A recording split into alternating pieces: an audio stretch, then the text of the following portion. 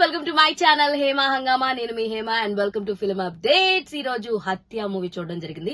And హత్య movie గురించి చెప్పాలి అంటే ఇది వివేకానంద గారి కేసు, ఆయన ఎలా చనిపోయాడు ఏంటి అనే ఒక ప్లాట్ తోటి తీసుకుని ఈ సినిమా చేయడం జరిగింది.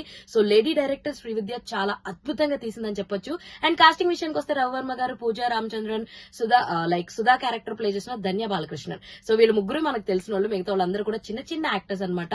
ఎవరికి తగ్గట్టు వాళ్ళ రోల్ అయితే చాలా బాగా చేశారండి.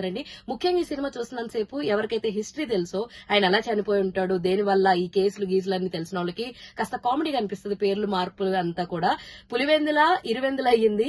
డాక్టర్ సునీతమ్మ కాస్త కవితమ్మ అయ్యింది. సో అలాగే జగన్ కాస్త కిరణ్ అయిందనమాట.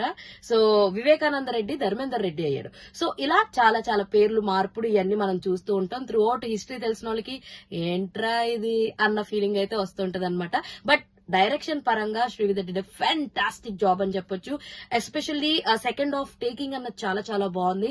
ఇంటర్వెల్ బ్యాంగ్ గానీ, వాళ్ళ లవ్ స్టోరీ గానీ, చూపించిన విధానం గానీ చాలా చాలా అద్భుతంగా ఉందని చెప్పొచ్చు అనమాట.